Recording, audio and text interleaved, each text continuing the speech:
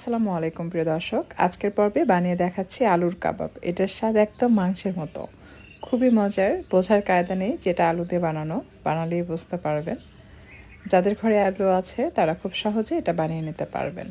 আর বাকি উপকরণগুলো তো সবসময় আমাদের ঘরে থাকেই। ভিডিওটি প্রথম থেকে শেষ পর্যন্ত দেখলেই বুঝতে পারবেন।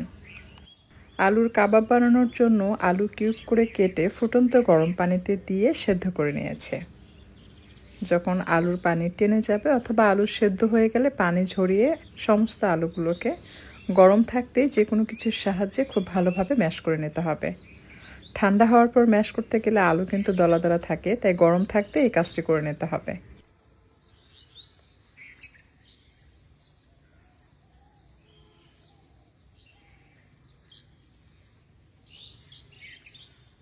অন্য একটি প্যানে আমি সামান্য সরিষার তেল দিয়ে গরম করে নিলাম, আর তাতে অ্যাড করে দিয়েছি কারি পাতা। ফুটে উঠলে দিয়ে দিলাম পেঁয়াজ কুচি, দিয়ে এটাকে কিছুক্ষণ ভেজে নিতে হবে। বেশ কিছুক্ষণ ভাজার পর যখন সেদ্ধ হওয়ার মতো লুক চলে আসবে সেই পর্যায়ে অ্যাড করে দিতে হবে কাঁচামরিচ কুচি, আর সেই সাথে দিয়ে দিচ্ছি সামান্য আদা রসুন বাটা।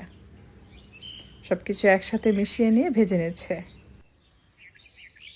ভাজা হয়ে গেলে চুলা বন্ধ করে দিতে হবে।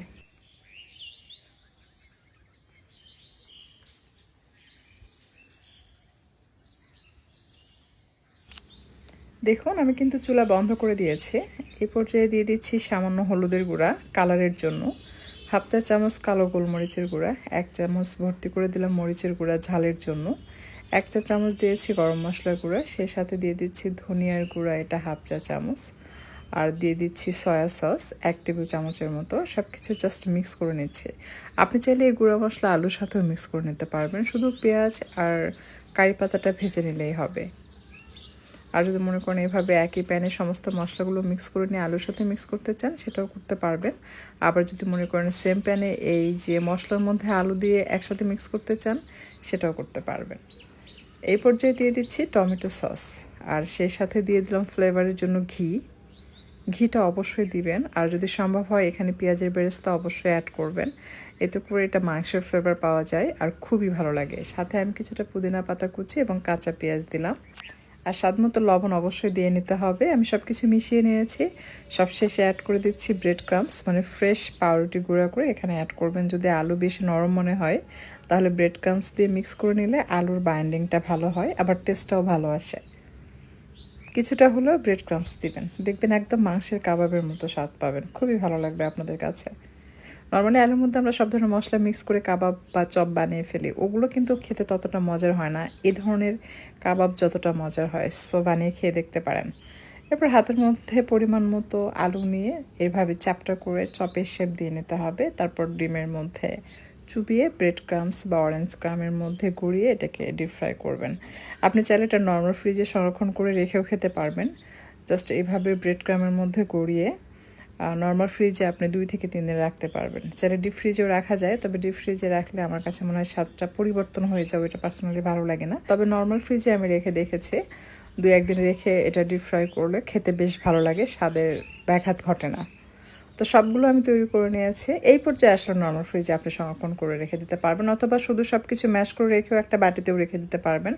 যখন ডিপ ফ্রাই করবেন সেই মুহূর্তে ডিমে চুবিয়ে ব্রেড ক্রাম্বসের মধ্যে গড়িয়ে ডিপ ফ্রাই করে নেবেন। আর ভাজার ব্যাপারে কি বলবো, যেহেতু আমার এই প্যান পাতলা, আমি মাঝারি থেকে কম তাপে রেখেছি, খুব দ্রুত এটা গরম হয়ে যায়। আর মাঝখানে বেশি দ্রুত গরম হয়, তাই মাঝখানে কিন্তু আমি ফাঁকা রেখেছি। চারপাশে কাবাব দিয়ে নিচের অংশ যখন গোল্ডেন হয়েছে তখন ধীরে ধীরে উল্টিয়ে পাল্টিয়ে দিয়েছে। তেল ভালোভাবে গরম হওয়ার পর এই কাবাব ছাড়তে হয়, তাহলে দেয়া মাত্র শক্ত হয়। এরপর আপনি চুলার তাপ একটু কমিয়ে দিতে পারেন, ধীরে ধীরে এরকম লালচে করে ভাজবেন, তাহলে এটা ক্রিস্পি হবে।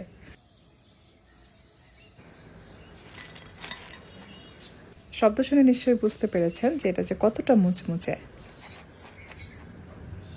আশা করছি ভালো লেগেছে। যদি আজকের রেসিপি আপনাদের কাছে ভালো লাগে অবশ্যই লাইক, কমেন্ট এবং শেয়ার করবেন। আর এরকমই সহজ এবং মজার মজার ইউনিক সব রেসিপি পাওয়ার জন্য আমার চ্যানেলটি সাবস্ক্রাইব করে নিয়মিত চ্যানেলের সাথে থাকবেন আশা করছি।